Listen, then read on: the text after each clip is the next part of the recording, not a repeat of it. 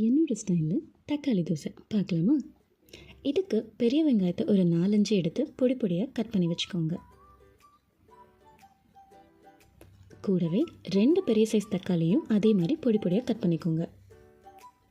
அதுக்கப்புறம் பூண்டு, கருவேப்பிலை, பச்சை மிளகாய், கொத்தமல்லி எல்லாத்தையும் கட் பண்ணி எடுத்து வச்சுக்கோங்க. அடுப்பை ஆன் பண்ணிவிட்டு கடாய் எடுத்து வச்சுக்கோங்க.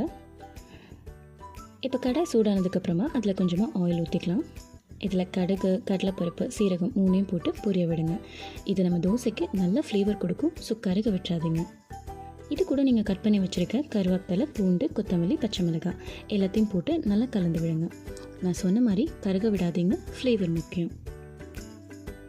இது கூட நீங்கள் கட் பண்ணியிருக்க பெரிய வெங்காயத்தையும் ஆட் பண்ணிக்கோங்க.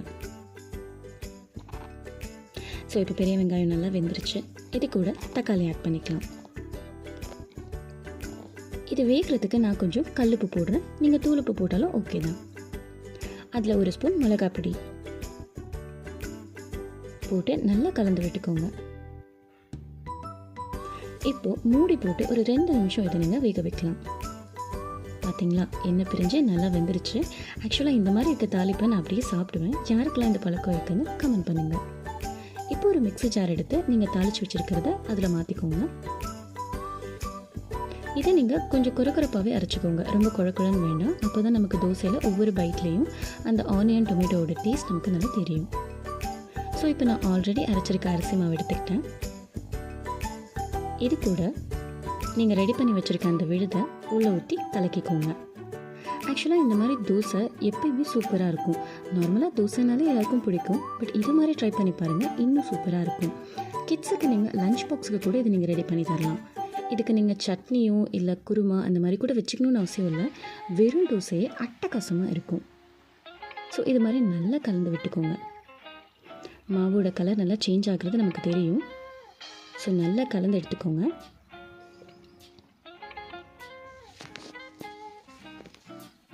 இப்போ மாவு ரெடி ஆகிடுச்சு. அடுப்பு ஆன் பண்ணிக்கோங்க. ஏன்னா இது ரொம்ப முக்கியம் இல்லை, அதனால சொன்னேன். ஸோ இப்போ தோசை கலர் ரெடியாக வச்சுக்கலாம். நான் தண்ணி தெளித்து பார்த்துக்கிறேன். ஓகே, சூடாகிடுச்சு. இப்போ நீங்கள் தோசை ஊற்றலாம். நார்மல் தோசை மாதிரி நமக்கு ரொம்ப ஈஸியாக வராது. பிகாஸ் இதில் நிறையா நம்ம ஆட் பண்ணியிருக்கோம் இல்லையா, வெங்காயம், தக்காளி. ஸோ கொஞ்சம் இதாக தான் இருக்கும். நீங்கள் இப்போ தோசை ஊற்றிட்டு மெதுவாக தள்ளி விடுங்க. நார்மல் தோசையை விட இது ஒரு 2 நிமிஷம் எக்ஸ்ட்ராவாக வேக வைங்க. அப்போ தான் நமக்கு நல்லாயிருக்கும். ஸோ இது மாதிரி ஊற்றிக்கோங்க. மேலே ஆயில் விட்டுக்கலாம். நான் சொன்ன மாதிரி ஒரு 2 நிமிஷமாச்சு அட்லீஸ்ட் நல்லா வேக விடுங்க. அப்போ தான் இதோட ஃப்ளேவர் உங்களுக்கு டேஸ்ட் சூப்பராக இருக்கும். மூடி போட்டு ஒரு 2 மினிட்ஸ். ஸோ பார்த்தீங்களா, அந்த கலர்லேயே நமக்கு தெரியுது. இப்போ அதே மாதிரி திருப்பி போட்டுக்கோங்க. நார்மலாக இந்த மாதிரி தோசை கண்டிப்பாக எல்லாருக்குமே பிடிக்கும்.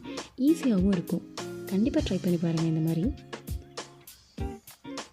ஓகே, தோசை நல்லா ரெடி ஆகிடுச்சு.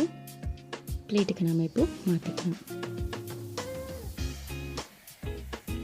எப்போவுமே இந்த மாதிரி தோசைக்கு நான் தேங்காய் சட்னி தான் எப்போயுமே ப்ரிஃபர் பண்ணுவேன். அது எப்போயுமே ரொம்ப நல்லாயிருக்கும். உங்களுக்கு என்ன சட்னி அதுக்கு பிடிக்குதோ நீங்கள் அந்த மாதிரி யூஸ் பண்ணிக்கோங்க. கூடவே எனக்கு வெங்காயத்தொக்கு பிடிக்கும், அதையும் நான் கொஞ்சம் வச்சுக்கிறேன். இந்த மாதிரி நிறைய வெரைட்டிஸ்க்கு சாருஸ் கிச்சனை நீங்கள் சப்ஸ்கிரைப் பண்ணி வச்சுக்கோங்க. ஸோ இதே மாதிரி குயிக் அண்ட் ஈஸி ரெசிபீஸை நான் உங்களுக்கு டெய்லியும் அப்லோட் பண்ணுறேன். தேங்க்யூ ஃபார் வாட்சிங்.